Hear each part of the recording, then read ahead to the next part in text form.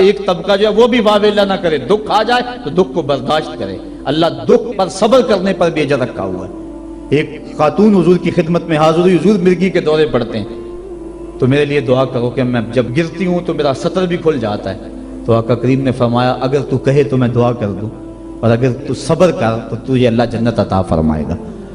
اس نے عرض کی حضور مجھے جنت والا سودا قبول ہے، مجھے یہ مرگی کے دورے پڑتے رہیں لیکن صبر کروں گی جنت مجھے مل جائے، لیکن اتنا ہے کہ عورت ذات جب گرتی ہوں تو پردہ کھل جاتا ہے، یہ آرزو ہے کہ پردہ سطر نہ کھلے۔ فرمایا ہاں سطر نہیں کھلے گا لیکن مرگی کے دورے بدستور موجود رہیں گے۔ آقا کریم نے اس کو جنت کی بشارت دی۔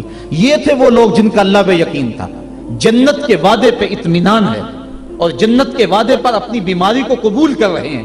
ہم تھوڑا سا دکھ جھیلتے ہیں تو واویلا مچا دیتے ہیں۔ قرآن نے دونوں کو جو ہے وہ آئینہ دکھایا اور رستہ بتلایا کہ جو محروم طبقے ہیں، غریب طبقے ہیں، دکھی طبقے ہیں، وہ صبر کا دامن نہ چھوڑیں، وہ اپنی غربت کو تماشا نہ بنائیں، اور دوسری طرف جن کو دولت کی فراوانی دی گئی ہے، جن کو صحت و عافیت دی گئی ہے، وہ اپنے عافیت قدوں میں بیٹھ کے عید کی خوشیاں نہ منائیں، بلکہ وہ ان لوگوں تک پہنچے جو دکھی ہیں، جن کے گھروں کے چراغ بجھے ہوئے ہیں، جن کے گھر کے اندر روشنی نام کی چیز کوئی نہیں، جس کے گھر کے اندر سے ضیائیں اور خوشیاں روٹھ گئی ہیں، وہ ان کی خوشیاں ان کے گھر کی دہلیز تک پہنچانے کی کوشش کریں۔ عرش کا رب بڑا مہربان ہوگا، ان کے اوپر اپنی چھم چھم رحمتوں کا نزول فرمائے گا۔ آئیے ہم عید کے روز اس عزم کا اعادہ کر کے دکھی اور مصیبت زدہ اپنے غریب رشتہ داروں کو اور اپنے معاشرے میں، اپنی گلی اور اپنے محلے میں جو دکھی لوگ ہیں ان کی اعانت کے لیے میدان میں نکلیں۔ یقیناً یہ بہت بڑی نیکی ہے۔ میں حضرت سید عائشہ صدیقہ رضی اللہ تعالی عنہا کے حوالے سے وہ روایت عرض کیا کرتا ہوں۔ ایک دن محبوب خدا کا در رحمت جوش میں آ گیا، فرمایا عائشہ جو مانگنا ہے مانگ لو۔ عرض کی حضور اگر اجازت ہو تو میں اپنے باپ سے مشورہ کر لوں۔ کہا جاؤ کر لو۔ سیدنا صدیق اکبر کی خدمت میں حاضر ہوئی اور کہا حضور کا در رحمت جوش میں، اور آقا فرمایا عائشہ جو مانگنا ہے مانگ لو، مجھے بتایا جائے میں حضور سے کیا مانگوں، آپ انتخاب فرمائیں۔ تو حضرت ابو بکر صدیق رضی اللہ تعالیٰ عنہ نے فرمایا کہ حضور سے کہنا کہ معراج کی رات قربت خاص میں اللہ نے آپ سے جو خاص باتیں کی تھی ان میں سے ایک بات بتا دیں، یہ میری ڈیمانڈ ہے، یہی میری چاہت ہے، آج یہ میں آپ سے طلب کرنا چاہتی ہوں۔ حضرت ام المومنین حاضر ہوئی۔ اللہ اکبر۔ حضور نے پوچھا عائشہ مانگو جو مانگنا ہے۔ عرض کی حضور معراج کی رات جب قربت خاص میں آپ پہنچے تھے اور آپ کے مالک نے آپ سے راز و نیاز کی کچھ باتیں کی تھیں، میری آرزو ہے ان راز کی باتوں میں سے ایک بات مجھ کو بتا دیں۔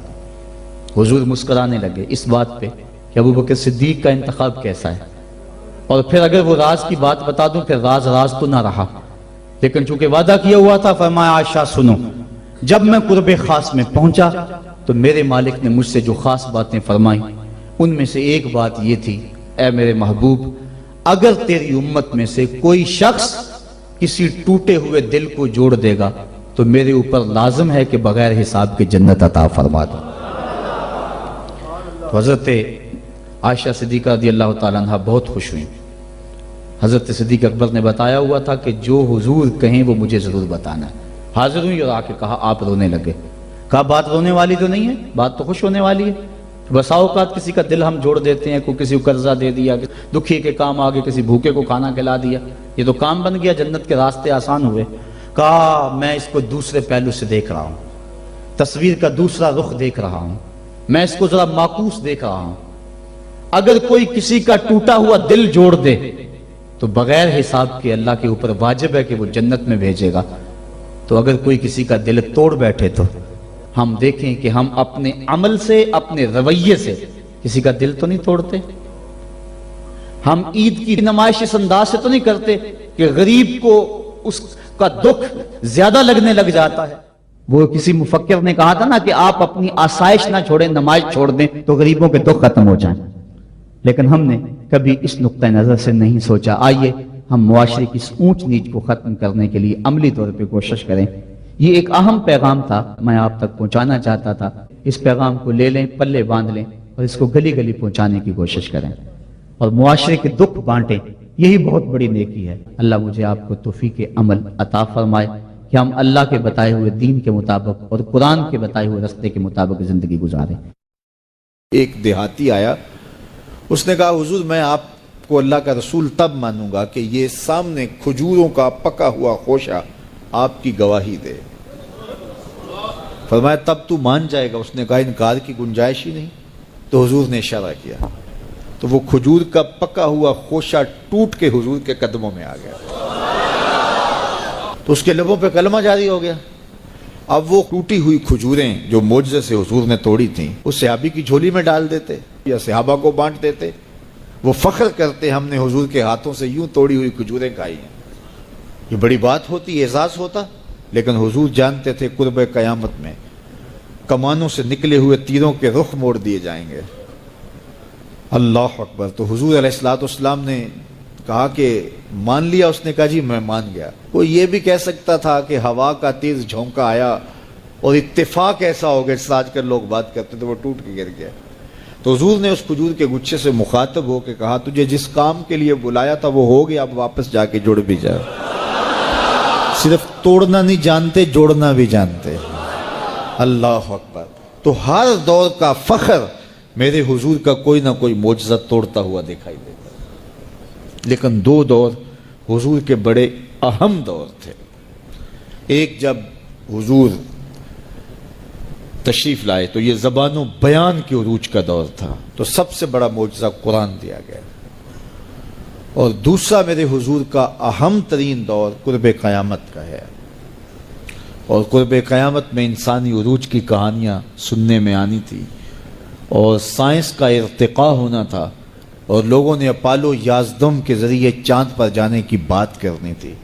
اللہ کے محبوب کو دوسرا بڑا معجزہ معراج دیا گیا کہ سائنسدان الٹی چھلانگیں بھی لگاتے رہیں، میرے محبوب کے وہاں قدم پہنچیں گے جہاں کسی کا خیال بھی نہیں پہنچ سکتا، جہاں کسی کا تصور بھی نہیں پہنچ سکتا، وہاں میرے حضور کے قدم پہنچے۔ باقی رہی بات چاند پہ جانے کی، تو لوگ چاند پہ جا کے فخر کرتے ہیں، میرے حضور تو چاند کو قدموں میں بلا کر بھی فخر نہیں کرتے۔ چاند پر پہنچ جانا حقیقت صحیح، چاند قدموں میں لانا بڑی بات ہے۔ اور دوسری بات، لوگ چاند پہ گئے تو انسانیت کے لیے کیا لائے؟ وہ کہتے تھوڑی سی مٹی اٹھا لائے تھے، یہ چاند کی مٹی ہے، تو زمین پہ مٹی پہلے تھوڑی تھی کہ اور آگے خاک ڈال دی چاند کی۔ آج چاند پہ گئے بھی تو انسانیت کے لیے کیا لائے، اور حضور گئے تو امت کی بخشش کا مجدہ جاں فضا لے کے آئے۔ حضور گئے تو بندگی کا شعور امت کے لیے لائے، اور لوگوں کو بتایا کہ اس کی حضور بندگی کرو، پیشانی سجدے میں رکھو گے، الصلاۃ معراج المومنین، تمہارا نماز کے لیے جھک جانا تمہارا معراج کہلائے گا، تمہارا عروج اور بانک پن کہلائے گا۔ تو ہر دور کا کوئی نہ کوئی بانک پن ہوتا ہے۔ تو قرب قیامت میں سائنسی ارتقاء کی کہانیاں ہم نے دیکھنی تھی، لوگوں نے چاند پہ جانے کی باتیں کرنی تھی، مریخ کے سفر کی تیاریاں ہونی تھی، تو اللہ تعالیٰ نے اپنے محبوب کو دوسرا بڑا معجزہ معراج دیا کہ سائنسدان الٹی چھلانگیں بھی لگائیں، لیکن وہاں ان کا تخیل بھی نہیں پہنچ سکتا جہاں محمد عربی کے قدم پہنچ گئے۔